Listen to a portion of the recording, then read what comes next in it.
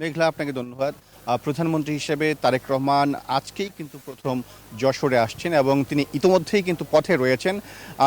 10:15টার দিকে তিনি বিমানবন্দরে অবতরণ করবেন এবং সেখান থেকে কিন্তু তিনি সরাসরি চলে আসবেন এই শার্শা উপজেলার উলশি খালে, এবং এই খালে তিনি কিন্তু খালের যে পুনঃখনন সেটি উদ্বোধন করবেন। এবং এই কর্মসূচি উপলক্ষে যশোর শহরে কিন্তু 3 স্তরের নিরাপত্তা জোরদার করা হয়েছে। র্যাব পুলিশের পাশাপাশি গোয়েন্দা পুলিশের সদস্যরা তারা কিন্তু নিবিড় পর্যবেক্ষণে রয়েছেন। এবং আজকে যে খালটি উদ্বোধন করবেন তিনি খনন কাজ, সেটি কিন্তু শহীদ রাষ্ট্রপতি জিয়াউর রহমান 1976 সালে তিনি এটি স্বেচ্ছাসেবী বৃত্তিতে খনন করেছিলেন। এবং দীর্ঘ 50 বছর পর আজ শহীদ জিয়ার সন্তান তারেক রহমান তিনি এই খালটি পুনরায় খনন কাজ উদ্বোধন করবেন। এবং দীর্ঘদিন কিন্তু অবহেলিত থাকার কারণে এই খালটি কিন্তু এখন মৃত প্রায়, এবং এই অঞ্চলে যারা মানুষ রয়েছেন তারা বলছেন যে আসলে এই খালটি মরে যাওয়ার কারণে এই এলাকার যারা কৃষক রয়েছেন তাদের যেমন ক্ষতি হচ্ছে, তেমনি বন্যার সময় কিন্তু এই অঞ্চলের মানুষের যে বন্যা মোকাবেলা সেটি কিন্তু সমস্যা হচ্ছে। এবং জলাবদ্ধতার কারণে এই উলশি সহ এই শার্শা উপজেলার মানুষ কিন্তু তারা কিন্তু তাদের যে কৃষি কাজের উৎপাদন সেখানে কিন্তু তারা বঞ্চিত হচ্ছেন। এবং আজকে কিছুক্ষণ আগে এখানে মৎস্য ও প্রাণী সম্পদ মন্ত্রী তিনি গণমাধ্যমের সঙ্গে কথা বলেছেন। তিনি বলছেন যে এই খালটি যখন আবার পুনরায় খনন কাজ শেষ হবে তখন এই অঞ্চলে দ্বিগুণ কৃষি উৎপাদন হবে এবং কৃষকের মুখে হাসি ফুটবে।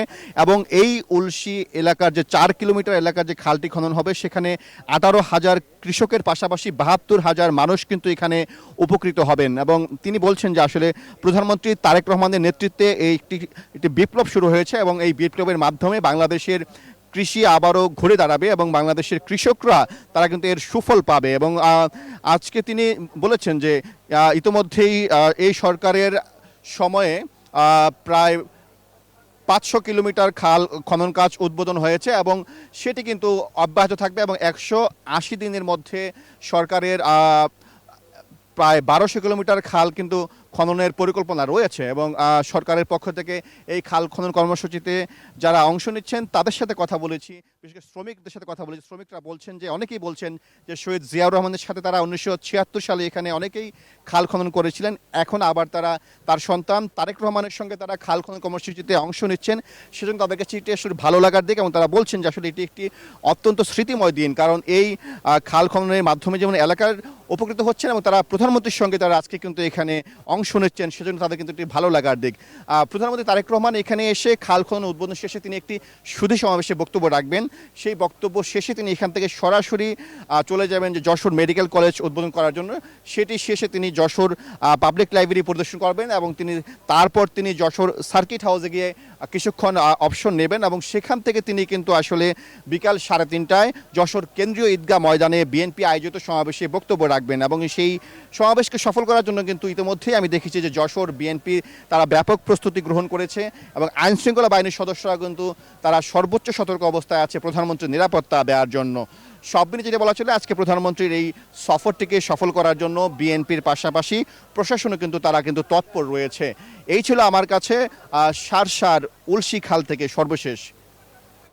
আমাদের আরেকজন সহকর্মী বকুল যিনি রয়েছেন এই উলশি খালের কাছাকাছি, আমরা সরাসরি যুক্ত হচ্ছি বকুলের সঙ্গে। বকুল, তো আপনি তো এই এলাকারই একজন বাসিন্দা। এই আজকে যে উলশি খালটি পুনরায় খনন কাজ শুরু হতে যাচ্ছে, এই খনন কাজের মাধ্যমে আসলে এলাকাবাসী কতটা উপকৃত হবে কি মনে করছেন আপনি?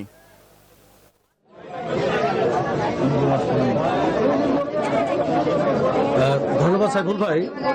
আপনারা জানেন যে শহীদ প্রেসিডেন্ট জিয়াউর রহমান 1976 সালে 1 নভেম্বর কৃষি বিপ্লব ঘটানোর জন্য শার্শার এই উলশি খাল খনন করেছিলেন। তখন এই শার্শার 22টি বিলের পানির প্রবাহ সুষ্ঠুভাবে নিষ্কাশনের এই 18 কিলোমিটার বেতনা কিলোমিটার খাল খনন স্বেচ্ছাশ্রমের ভিত্তিতে খাল খনন করে এই এলাকায় কৃষি বিপ্লবের সূচনা করেন।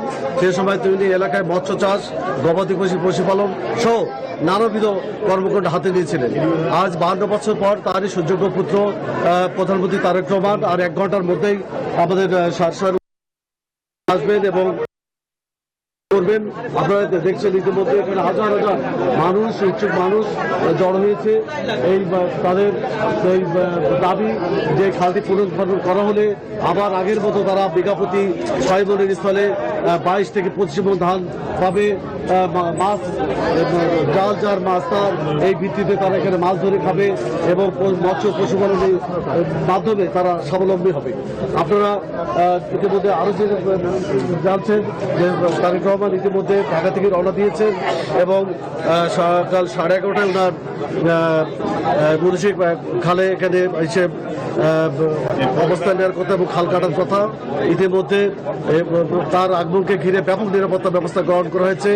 সেনাবাহিনী, র্যাব, বিজিবি সহ বিভিন্ন স্তরের তাকে তার নিরাপত্তা ব্যবস্থা নিশ্চিত করা হয়েছে এবং এই যাতে এই খালটি সুষ্ঠুভাবে সম্পাদন করা হয় সে লক্ষ্যে শার্শা উপজেলা বিএনপি, বেনাপোল পৌর বিএনপি এবং সকল অঙ্গ সংগঠনের সহযোগী সংগঠনের নেতৃবৃন্দ আজকের 7 দিন ধরে নিরসভাবে কাজ করে যাচ্ছেন আমাদের যশোরের মাননীয় প্রতিমন্ত্রী অনিন্দ্র ইসলাম আমির এবং কিছুক্ষণ আগে আমরা দেখলাম মৎস্য পানি সম্পদ মন্ত্রী জনাব অ্যানি তিনি সাংবাদিকদের সাথে কথা বলেছেন এবং তিনিও আশাবাদ ব্যক্ত করেছেন যে খাল খনন করা হলে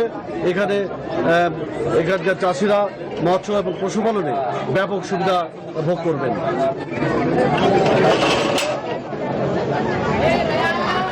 জি, আমি এখন পুলিশের খালের পূর্বপাড়ে অবস্থান করছি। এখানে উৎসুক জনতা দাঁড়িয়ে আছে আমার পিছনে, আপনারা দেখতে পাচ্ছেন।